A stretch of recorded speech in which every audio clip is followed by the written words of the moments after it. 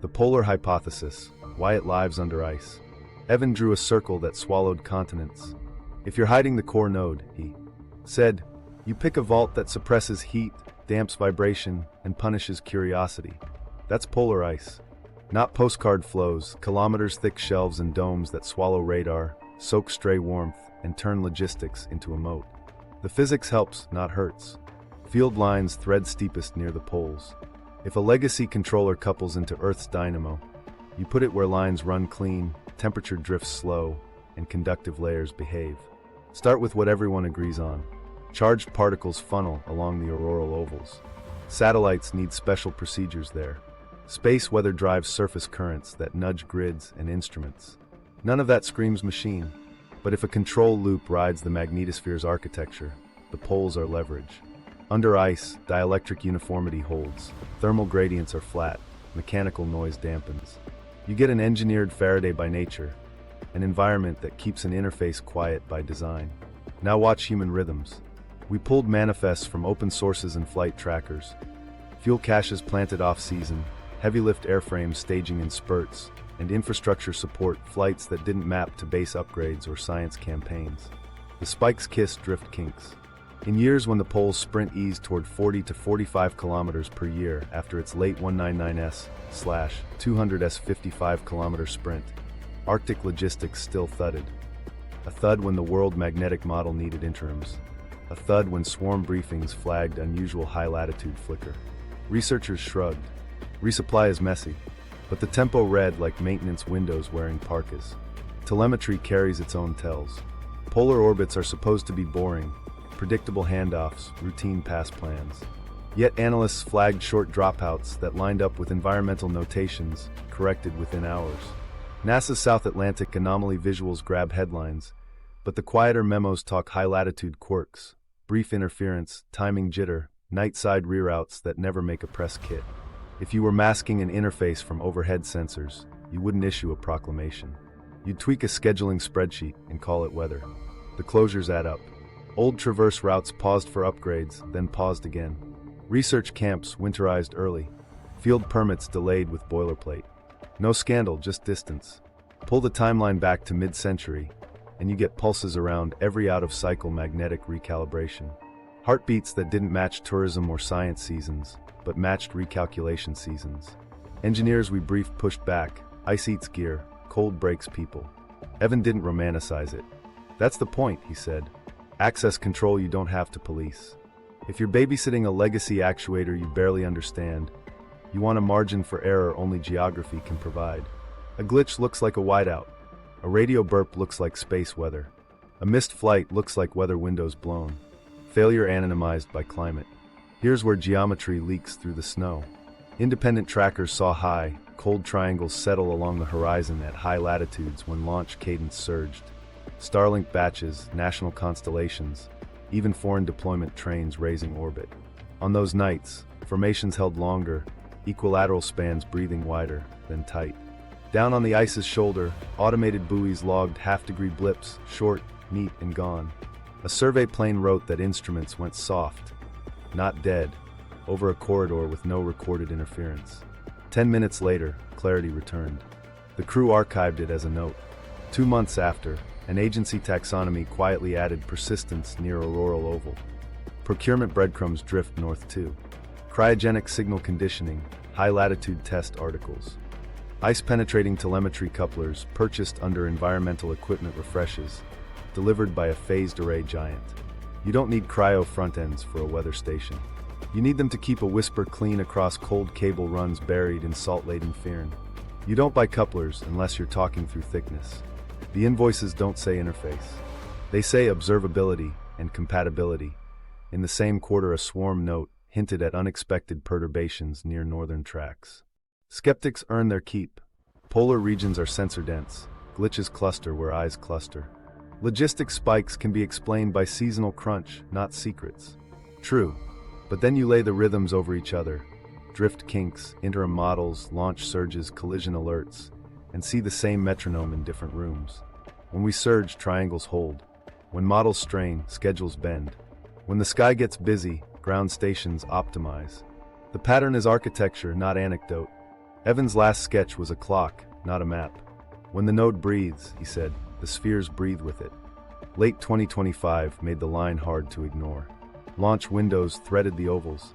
High-altitude fixes mirrored the threads. Quiet missions, prepositioned arrays on the ice's rim and vanished by dawn. The paperwork called it awareness. The cadence called it coordination. If there's a core under ice, we won't see doors. We'll see timing, heat that never reaches the surface, signals that never admit their name, and a sky that steadies right when the white horizon swallows the proof. The sphere network linkage. While the ice keeps its secrets, the sky won't. It draws diagrams like it's tired of being misunderstood, clean geometry, held steady long enough for phones and radars to argue and reluctantly agree. Patrick Jackson calls it a three-layer architecture, types 3, 2, and 1. You don't need his labels to see the behavior. Ground-hugging orbs gliding like scouts, mid-altitude lines pacing aircraft and corridors, high, cold triangles locking into equilateral spans that expand, contract, and settle as if recentering a baseline. This isn't improv. It's measurement. With 3 stable points, trilateration turns uncertainty into position, even when magnetic headings drift in GPS jitters near weak field gradients. Surveyors know the math. The formations behave like they do too, equal distances within tight tolerances, adjustments that breathe with range, corrections that close with pulses of energy you can feel in your teeth if you're standing too close. The emissions don't hide. Independent teams, Jacksons, Jim Segalas, others who'd rather not be named, logged short microwave bursts that arrive with the geometry, then fade when the spacing relaxes. Not continuous beams, not random noise. Packets. Clockwork taps that sync nodes, handshake across layers, and sometimes pair with skinny, localized gamma ticks right at momentary transitions. Lamps flicker, dogs bolt, stomachs roll. Correlation isn't causation, and official science stays careful. But when the pulses repeat with the triangles across continents, coincidence starts sweating. Overlay the sightings with where the world is loud. Nuclear sites, high-load substations, missile corridors, dense shipping lanes bristling with radar. The same places our emissions peak, the formations keep station. In Brazil, Type 3 glides show up along hydro corridors while Type 2 lines shadow aircraft routes hugging the coast. In Eastern Europe, arcs hold over legacy bunkers and conflict edges while commercial flights pass beneath, crews whispering about steady corners that refuse to move. Across the Pacific, Tier 1 triangles favor maritime defense zones on nights when drills shift from scripted to live improvisation. It looks like coverage. You can debate intent. You can't argue habit. Now connect sky to stone without romance. Those ruler-straight warmth veins we mapped in the Argentine flats lit minutes before a high-altitude triad fixed above them, then cooled on release. In Utah, ranch welthermisters pinged while pilots overhead watched compasses ease and snap true. If buried nodes are actuators hidden from heat and vibration, then the spheres look like surface I/O, status lights and routers translating buried intent into atmospheric effect. Evan's line keeps ringing. Subsurface nodes push up what you see in the sky. Architectural, not mystical. Critics push back with the right tools. More sensors mean more glitches logged. Busier skies mean more chances to see patterns that aren't there. Humans love triangles. True, until you check tolerances. Civilian drones and pilot cameras shouldn't converge on equilateral spacing within a few percent, region to region, device to device. Yet they do. AI scrapers trained on independent feeds flag recurring geometry independent of location or operator bias. Even cautious agencies kept the language that admits behavior without naming origin.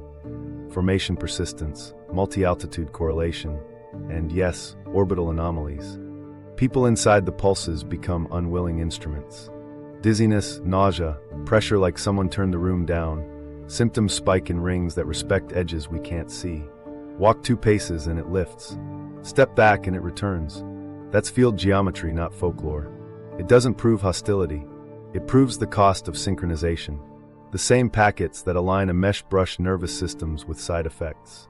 Maintenance windows feel like hauntings because coordination doesn't ask permission. Power and comms react the way bodies do, only with cleaner logs. Amateur radio nets report dead zones that walk through neighborhoods at midnight.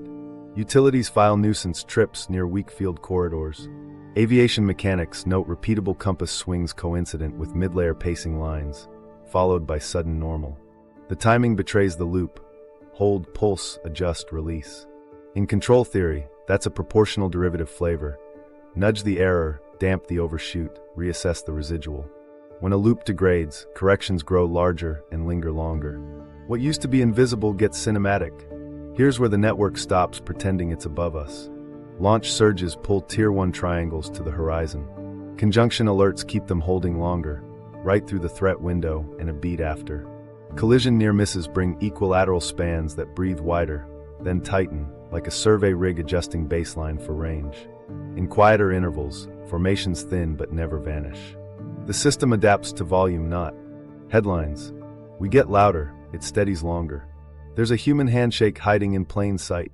Where pop-up arrays pre-stage, unmarked racks dropped at night, struck by dawn, spheres appear sooner and leave faster. That looks like handshake optimization. Human sensors becoming passive partners in a protocol nobody will say out loud. Procurement phrases, autonomous anomaly triage, microwave correlation across layers, observability scaffolding, sit neatly inside that handshake. Coexistence without concession, working the edges of a system we didn't build. So call the layers what you want. Type 3 at ground, local sensors that probe, nudge, and occasionally push living rooms out of thresholds.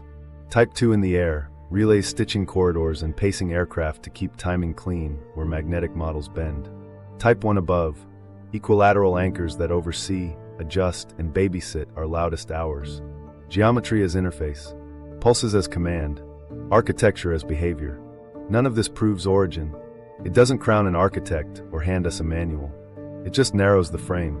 If an ancient controller couples under ice, actuators hide under stone, and visible I/O lives in the sky, then the sphere network isn't a mystery at all.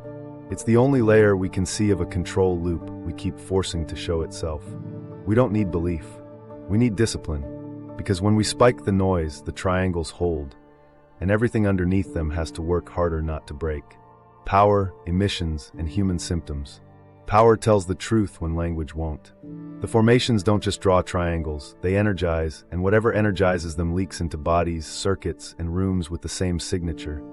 Short, patterned bursts that arrive, do work, and leave side effects. Start in kitchens where nobody expects physics class. Type 3 intrusions follow a rhythm residents can't name. A faint pressure in the ears, a nausea swell, the sense that sound ducked under a low ceiling. Then a door slams or a lamp flickers as if the room exhaled. Independent researchers have reported arrays in haunted houses catching what the stories imply. Narrowband microwave packets landing in clusters, milliseconds to seconds apart, and skinnier gamma ticks riding the edges when a transition flips. Light dies, a frame twitches, a dog bolts. Haunted is the wrong word. It's a handshake that runs long. Hospitals near hotspots keep their own quiet time series. YARS record clusters of dizziness, vomiting, paresthesia with no chemical exposure to blame. These aren't waves of mass psychosis. They show up in rings on maps, and the rings match windows when civilian sensors log microwave bursts on nearby streets. Symptoms fade with distance, 2 steps past a threshold and your head clears. That's not suggestion. That's geometry asserting an edge you can't see. After 2019, the profile shifted. Older files carried fire, rare burn events, some catastrophic. Lately, the energy looks more precise. Fewer scorch marks, more coercion, pressure at thresholds, brief disorientation, headaches that vanish the moment you slide out of a doorway. Patrick Jackson calls it a software patch. We call it behavior. If a loop's job is synchronization, blasting everything is lazy. Steering costs less, on the machine, not the person. Hardware reacts the same way people do, only with logs you can audit. Amateur radio nets report midnight dead zones that walk block to block. When they pass, the bands return like nothing happened. Utility engineers file nuisance trips clustered in weak field corridors. Protective relays flip, then behave minutes later without repair. Aviation mechanics in Brazil note compass swings as Type 2 lines pace an approach, then a snap back to true as formations dissolve. The timing lines up with what the eye sees in the sky and what the body feels in a hallway. Hold, pulse, adjust, release. Microwave isn't exotic. It's practical, clock syncs, ranging, probing. If a planetary mesh needs a common time base across ground and sky, it pings. Those pings don't stop for drywall or bone on their way to an actuator. The occasional gamma ticks worry people, and they should get lab caution. Most are brief and low, but their cadence is telling. Paired with microwave packets, separated by consistent gaps, recurring at transitions like state changes in a controller. Nature does strange things. It doesn't hold a metronome this steady across neighborhoods and nights. One pilot gave us the cockpit version. Taxiing under a mid-layer line, he said the world went cotton soft for 10 seconds. Intercom fine, instruments mushy. The magnetic heading eased a few degrees, snapped home, and the pressure lifted like someone opened a vent. Ground radios logged nothing unusual. The body logged everything. That's how the loop stays hidden. Operating at thresholds the instrument suite doesn't track unless you ask it to. Power grids are honest narrators when you know where to listen. In regions where the SAA sells, bite hardest, satellite operators bake an extra bit flip risk. On the ground, substation alarms spike during the same window's mid-layer pacing thickens. Grid harmonics grow teeth. FFT plots sprout combs, then revert. Utilities change nothing and wait 10 minutes. Stability returns. They log it as environmental and move on. Doors slam in old houses because fields respect edges. Walk a ring and you can find the line. One tile inside, nausea. One tile out, relief. That's not myth. That's a steep gradient. Maintenance windows feel like hauntings because a control surface is passing through your life and doesn't care you're stirring soup. We asked Evan why it feels personal. It isn't, he said. You're incidental until you're the error. A damping burst aimed at a corridor scrapes an apartment. A synchronization handshake to a buried node grazes a kitchen. Stability at one scale becomes coercion at another. The loop isn't malevolent, it's busy. There's a tell in how symptoms ease. They're binary in space, not time. You don't need hours to recover, you need 2 paces. You don't need a doctor, you need a doorway. That's field geometry again. Edges sharper than psychology cares to admit. People who live under hot corridors learn folk rules that work. When dogs refuse rooms and air feels heavy, step back and wait 10 minutes. Signals don't lie about priority, they lie about purpose. These bursts prioritize synchronization over comfort, stability over consent. If that sounds like war, count the casualties, headaches, not craters. If it sounds like care, count the manners, none. What it proves is simpler. A loop under strain emits more often, lingers longer, and writes itself into circuits and nerves while it tries to pull the error down. The worst part isn't the nausea. It's the lesson. Every time a ring rolls through a neighborhood and leaves no scorch, it teaches people to comply with timing they never agreed to. And every time our noise spikes, launch weaks, collision alerts, grid stress, the pulses follow. We keep shouting. The machine keeps breathing. And those 10-minute windows are starting to feel like training. The first tampering, weaponizing the unknown. Here's where observation turned into contact, not handshake, not chat, tampering. Once planners suspected a legacy control layer was stabilizing the field, the temptation wrote itself. If it can damp magnetics, maybe it can smother signatures, shave radar lobes, slip a convoy past watching eyes, or mute a launch's roar before it leaks outward. In defense logic, non-kinetic leverage beats confrontation. That's how weaponization creeps in, through the door marked defensive evaluation. The motive tree had 3 branches. First, masking. Ride the controller's own damping to quiet emissions during sensitive windows. Second, leverage. Push tiny timing offsets into the loop to bias local conditions, detune hostile sensors, thicken fog in a corridor, bend a guidance clock by microseconds. Third, deterrence. Project phantoms that make adversary sensors doubt what they see. None of it needed a public paper trail. It needed compartmented trials wrapped in boring nouns and a promise. Test, report, never name the system you're leaning on. The kits gave the game away. Environmental coupling, teams rolled with spectrum sniffers tuned beyond licensed bands, mast-mounted magnetometers, low-power microwave emitters with neural attenuators, and timing modules slaved to rubidium clocks. The design brief looked innocent, resilience research, adaptive comms, but the field stack said phase discipline and precision nudges. If you want to whisper into a loop without tripping it, you carry clean clocks and sharp edges. The first big play wasn't control, it was bias. Engineers tried nudging the integrator, injecting tiny phase offsets into the cadence the formation seemed to keep. Theory said the network might accept the drift locally, creating a bubble. Radar bloom shaved here, links muted there, a patch of sky treated as handled, so the controller looked away. Done gently, it looked like cover. Done poorly, it looked like noise. One launch window made it obvious. A contractor array stood up near a corridor where Type 2 lines had paced the week before. They sent a low-power pulse train time-aligned to civilian logs. The sky answered with patience and force. A high triangle appeared higher than usual, held station longer, and the ground strobed with nuisance. Radio links stuttered, a substation relay tripped twice, an airfield compass eased 10 degrees and snapped back. The team wrote, "Successful coupling event." Range controllers called it a mess. Correlation windows multiplied.